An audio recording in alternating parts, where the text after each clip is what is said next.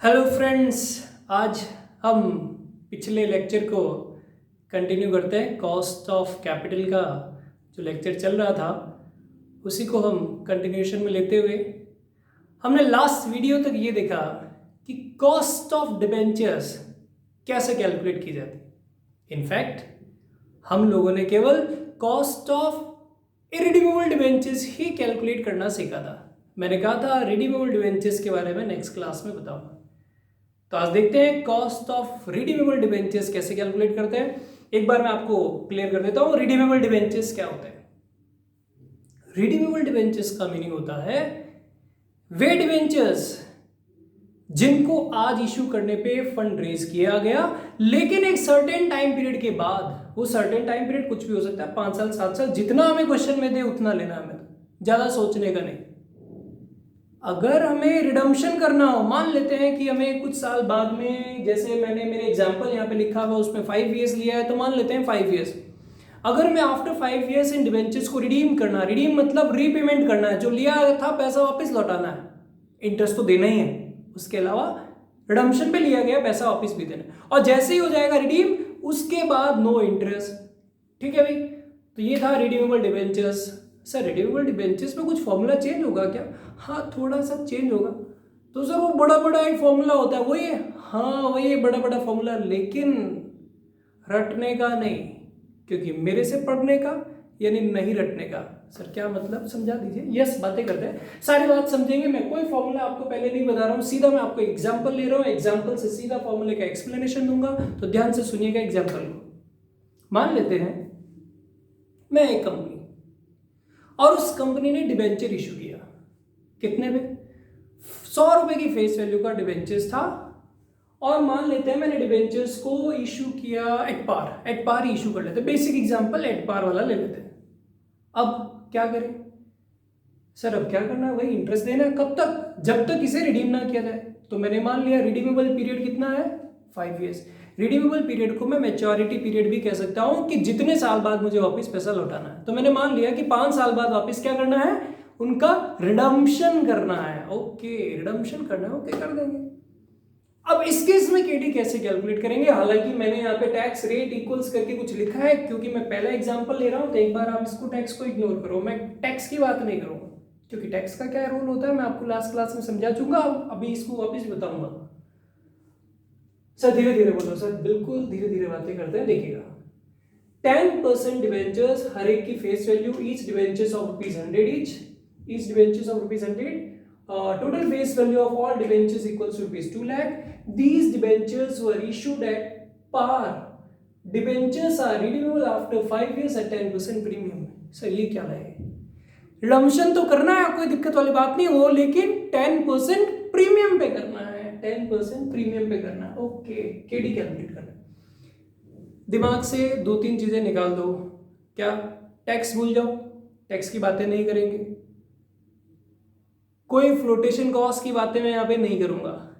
ठीक है, बिल्कुल आसान सा एग्जाम्पल, और इस एग्जाम्पल को समझेंगे, फॉर्मूला खुद बनाएंगे, आप सिर्फ मेरे मूवमेंट को देखते चले और अपना फॉर्मूला निकल के आएगा। मैंने क्या किया, डिबेंचर इशू किया 100 वाला, और मैंने 100 रुपये मेरे एक पॉकेट में डाल लिए, 100 रुपये मेरी इस पॉकेट में डाल लिए। मान लेते मैं यहाँ हूँ, दिखाई दे रहा होगा, बिल्कुल 100 रुपये मैंने यहाँ पे इस पॉकेट में डाले। हर साल के एंड पे, जैसे ईयर एंड हुआ, मैंने मेरे इस दूसरे वाले पॉकेट से क्या दिया, इंटरेस्ट दिया। कितना दिया? 100 का 10%, 10 का इंटरेस्ट दिया। ओके, नेक्स्ट ईयर फिर 10 का इंटरेस्ट दिया। ओके, नेक्स्ट ईयर फिर 10 का इंटरेस्ट दिया। ओके, नेक्स्ट ईयर फिर 10 का इंटरेस्ट, और लास्ट ईयर में यानी 5th ईयर के एंड में मैंने 10 का इंटरेस्ट दिया। हर साल 10-10 रुपए जाता जा रहा है। लेकिन आज यानी 5 साल बाद एक और चीज देनी पड़ेगी। क्या सर? डिबेंचर्स रिडीमेबल है और 5 साल हो चुके हैं, उसका पैसा लौटाना है, लेकिन वही नहीं लौटाना जो 100 लिया था। कितना लौटाना है? Redeemable after 5 years at 10% premium पे, यानी कि 100 की फेस वैल्यू के डिबेंचर्स पे 100 नहीं 110 लौटाना है। सर ये क्या बात हुई, देना पड़ सकता है सर? बिल्कुल, अगर कंपनी ने एग्री किया तो देना पड़ेगा। मुझे 100 की जगह 110 लौटाना है, तो मेरे इस पॉकेट में, फर्स्ट पॉकेट में जो 100 रुपए आए थे वो तो पड़े ही है, लेकिन 10 रुपए इन एडिशन टू दिस ₹100 भी मुझे पे करना पड़ेगा। लेकिन बात ये आई कि सर ये 10 रुपए जो आप दे रहे हो एक्स्ट्रा में, ये आप हर साल दे रहे हो क्या? ना ना, कब दे रहे हैं? सिर्फ और सिर्फ एक बार, वो भी कब? 5 साल बाद। वापस समझाता हूं, ध्यान से सुनना। हर साल मैंने क्या दिया? एक साल बाद 10 रुपए का इंटरेस्ट, दूसरे साल बाद फिर 10 का इंटरेस्ट, तीसरे साल बाद फिर 10 का इंटरेस्ट, चौथे साल बाद फिर 10 का इंटरेस्ट, पांचवें साल बाद 10 का इंटरेस्ट प्लस 110 रुपए जो मैच्योरिटी वैल्यू थी वो भी देनी। उस 110 में से 100 तो मेरे पास पड़े थे, वो एक्स्ट्रा क्या दिया? 10 रुपीज। अब मैं ये चाहता हूं कॉस्ट एनुअल टर्म्स में कैलकुलेट करना। तो जो 10 रुपए मैंने मैच्योरिटी पे एक्स्ट्रा पे किए, वो क्या हर साल पे किए? नहीं। कितनी बार दिए? 5 साल में एक बार। तो क्या मैं उसका एक एवरेज एनुअल बर्डन ले सकता हूं? हाँ सर ले लो। कितना?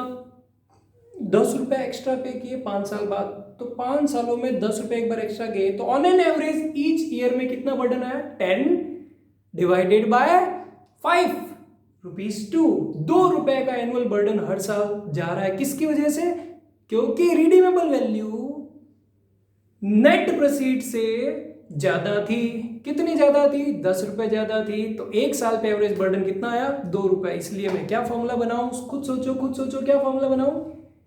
इंटरेस्ट 10 रुपीज प्लस सर वो जो एक्स्ट्रा बर्डन था 10 का, डिवाइड बाय करो 5, जितने साल में मैच्योरिटी होनी थी, और इनटू परसेंटेज में करने के लिए 100।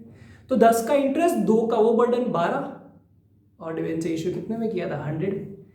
12 रुपए दिए, और डिवाइड में मैं कहूंगा इशू कितने में किया था? 100। लेकिन अब यहाँ पे एक थोड़ी समस्या आई।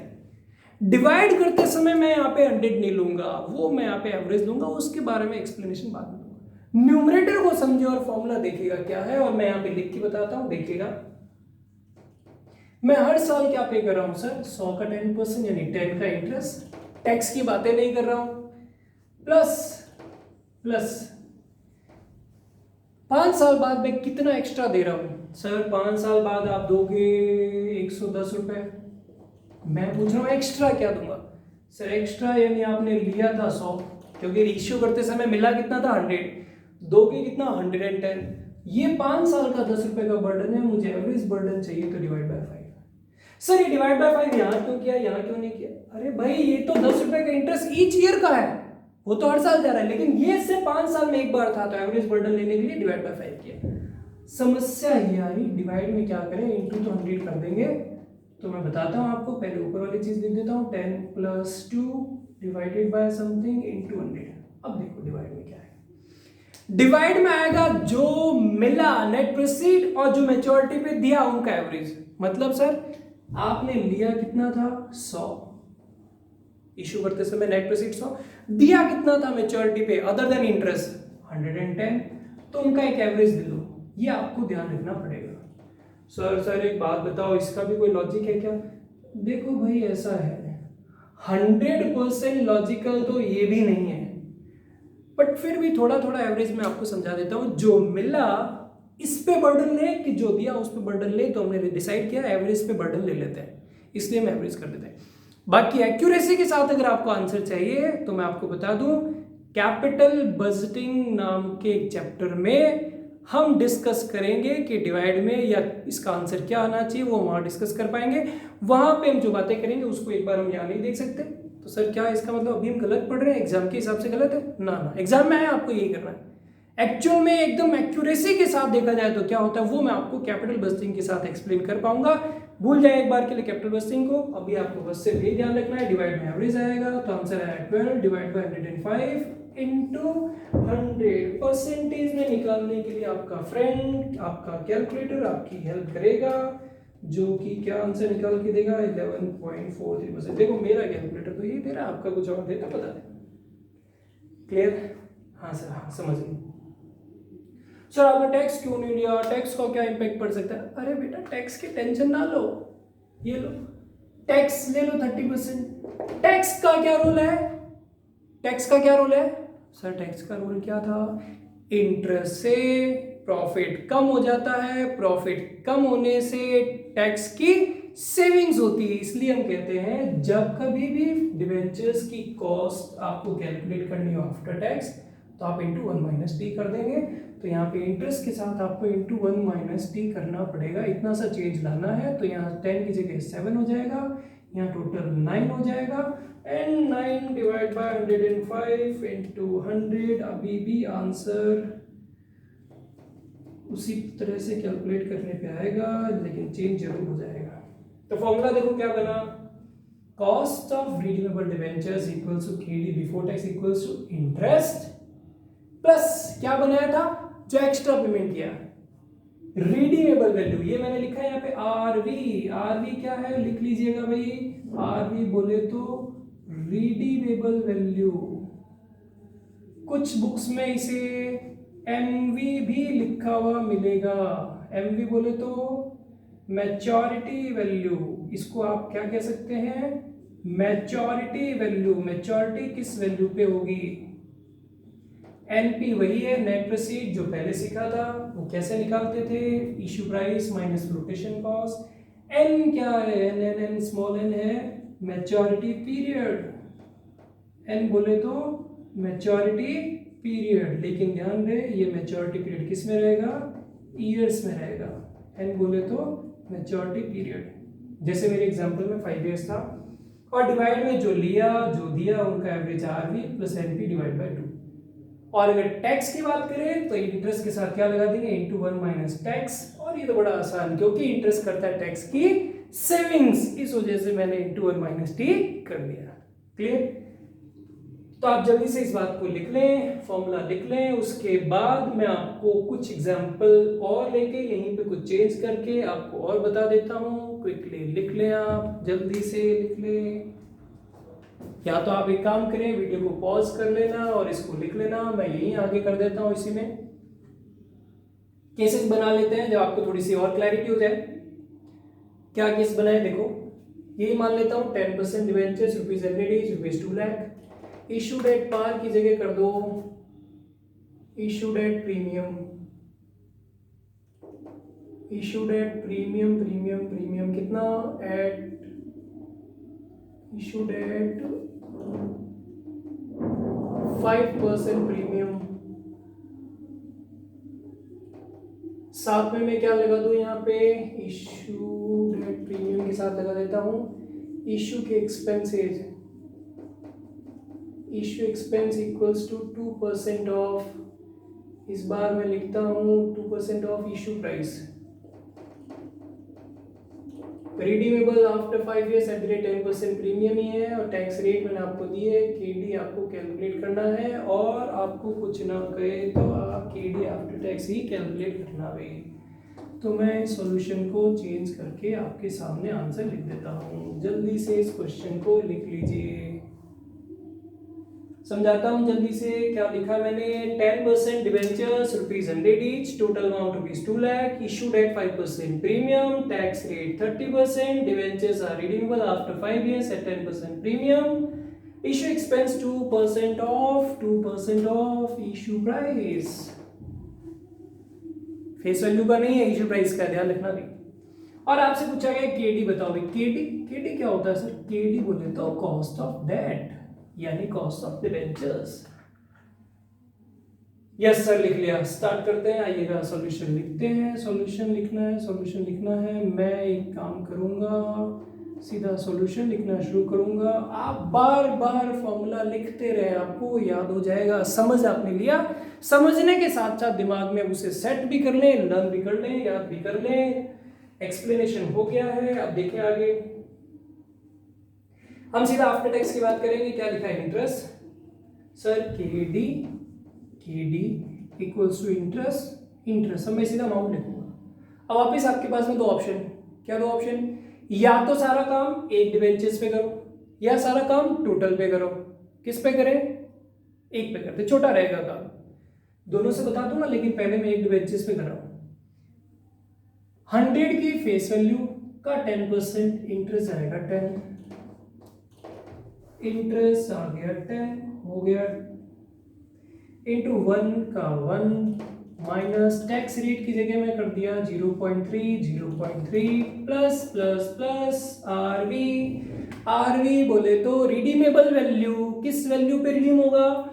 100 की फेस वैल्यू वाला डिबेंचर 10% प्रीमियम यानी 110 पे रिडीम होगा। माइनस माइनस माइनस क्यों कर रहे हैं माइनस? क्योंकि मैं ये देखना चाहता हूं एक्स्ट्रा क्या पे किया। लेकिन बहुत इंपॉर्टेंट चीज यहाँ पे ये नेट प्रोसीड्स कितना होगा। मैं नेट प्रोसीड्स को यहाँ अलग से लिख के बताता हूँ नीचे नेट प्रोसीड्स कितना होगा। आप देखो नेट प्रोसीड्स का मीनिंग होता था, यहाँ देखिएगा नेट प्रोसीड्स का लिखा है issue price minus flotation cost. ये देखो issue price issued at 5% premium, 100 की फेस वैल्यू 5% प्रीमियम यानी इशू प्राइस हुआ 105 माइनस फ्लोटेशन कॉस्ट यानी इशू के एक्सपेंस कितना है?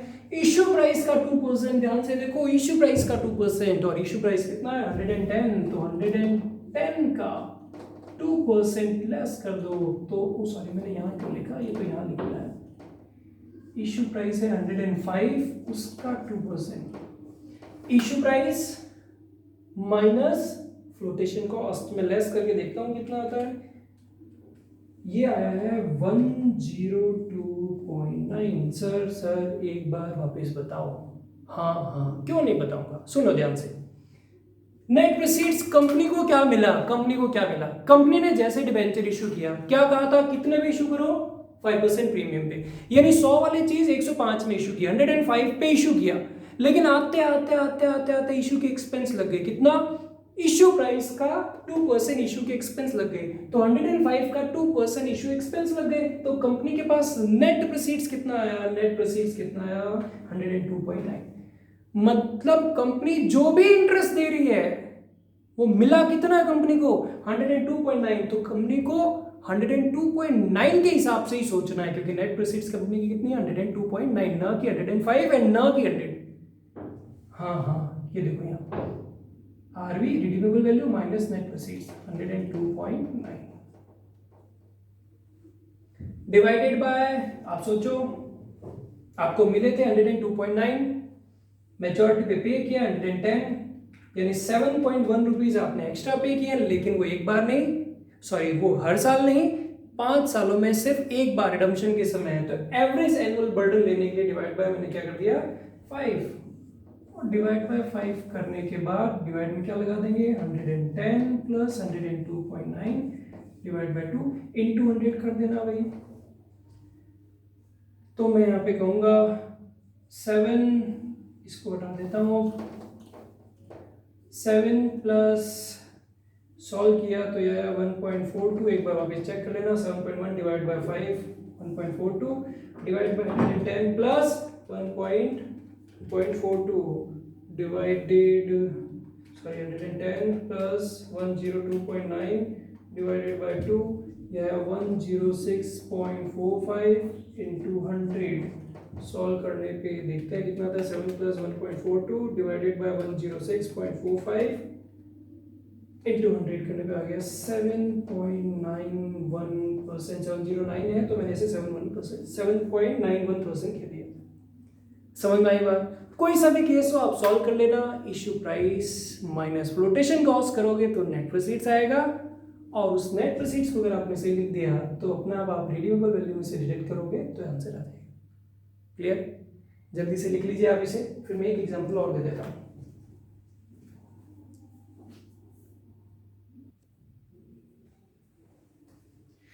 जल्दी से देखिए, मैंने एक छोटा सा चेंज किया अभी यहाँ पे अगले एग्जांपल में। 10% debentures ₹100 each, ₹2 lakh, issued at 5% premium, tax rate 30%, debentures were redeemable at after 5 years at par। मैंने यहाँ चेंज कर दिया है, बाकी चीजें मैंने वही रखी है, और आपको केडी कैलकुलेट करना है। ये सॉल्यूशन पहले वाला है, आप लोग मत करना, आप खुद सॉल्व करने की कोशिश करो। ठीक है, जल्दी से लिखो फिर डिस्कस करते हैं, इसे सॉल्व करने की कोशिश करें।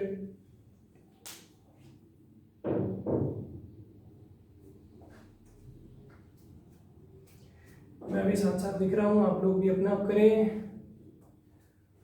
KD equals to interest 10 into 1 minus 0.3 plus RV यानी रिडीमेबल वैल्यू ये इस बार क्या है 5 साल बाद एट पार है तो 100 कर देते हैं, माइनस माइनस माइनस माइनस क्या माइनस करें माइनस करना है वही नेट प्रोसीड्स, और नेट प्रोसीड इस बार भी वही है, कोई चीज नहीं है।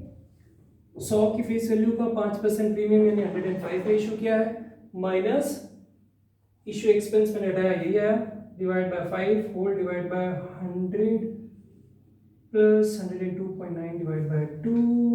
बस थोड़ा यहाँ ध्यान देने की जरूरत है, वो ये कि 7 प्लस इस बार यहाँ पे 100 माइनस 102.9 करने पे माइनस का 2.9 आ रहा है, ध्यान रखना भाई।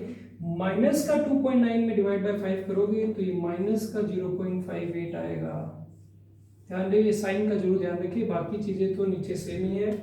100 प्लस 102.9 डिवाइड बाय 2 यार 101.45 परसेंटेज में लेने के लिए into 100, 7 minus 0.58 divided by 101.45 into 100, तो ये आ गया आपके 6.328 यानी 33% करता हूँ। कैलकुलेशन जरूर आप चेक करते रहना, कॉन्सेप्ट मैंने आपको समझा दिया, कोई समस्या हो डाउट हो तो जरूर पूछिएगा। समझ में आ गई होगी मेरे हिसाब से बात आपको। ये था हमारा कॉस्ट ऑफ डिबेंचर्स यानी केडी का कॉन्सेप्ट, टैक्स का इम्पैक्ट, रिडीमेबल का इम्पैक्ट, किस तरीके से फॉर्मूला बना मैंने आपको एक्सप्लेन किया। साथ में ये भी बताया कि ये कैलकुलेशन आप एक डिबेंचर्स की जगह टोटल में भी कर सकते हैं। टोटल का मतलब क्या हुआ, देखो टोटल का मतलब क्या हुआ, यहाँ सिर्फ इंटरेस्ट एक डिबेंचर का ना लेके 2 लाख का 10% ले लेना 20,000, टैक्स रेट यही रहेगी।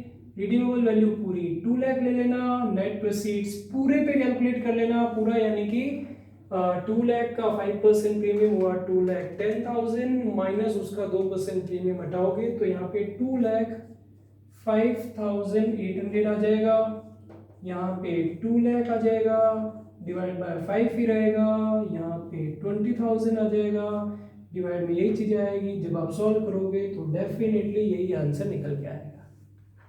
समझ में आ गई होगी बात, तो ठीक है भाई।